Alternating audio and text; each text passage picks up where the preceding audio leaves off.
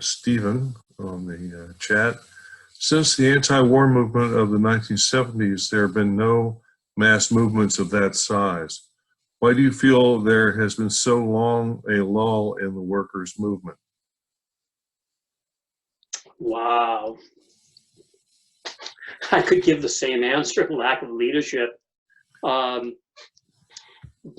it just has to do with the ebbs and flows of the class struggle. And lack of leadership. I don't know. What would you say, John?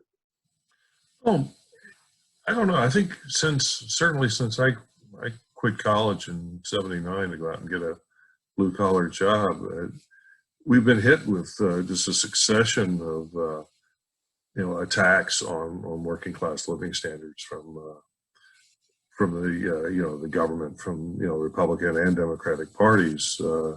Going back to Patco, the smashing of the Patco strike, to Hormel, Eastern Airlines, Greyhound, all those strikes where you had, and you are right. I think a lack of class struggle leadership, because you see the union bureaucrats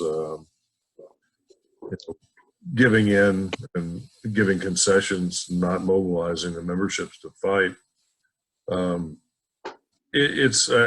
I'm always suspicious of sort of single cause on any phenomenon, whether it's leadership or it's always a combination, I think, of factors that feeds into something like that. But yes, certainly the 40 years of employers' offensive hasn't been good. But the unions still have 14 million members.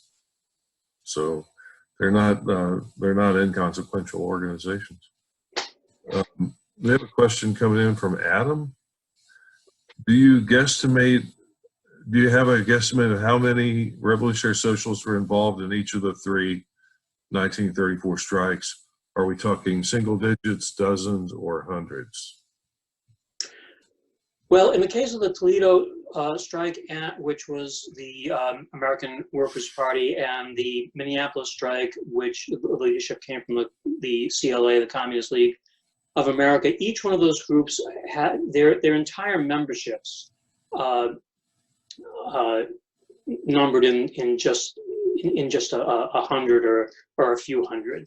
And of course, their entire memberships weren't involved in the strike. So it was dozens in those cases. In the case of the San Francisco waterfront strike, of course, the Communist Party played a big role in the San Francisco waterfront strike, along with the IWW. So I would have to say that there was hundreds involved in those, because the Communist Party was a fairly large organization at the time. It got larger during the Popular Front era, but this was before the Popular Front, but it was still fairly sizable. So in the case of the San Francisco waterfront strike, there was a lot more. But then that strike, unlike the Minneapolis strike at the time, or the Toledo strike, the San Francisco strike was conducted pretty much along the entire West Coast. As I said, that strike was from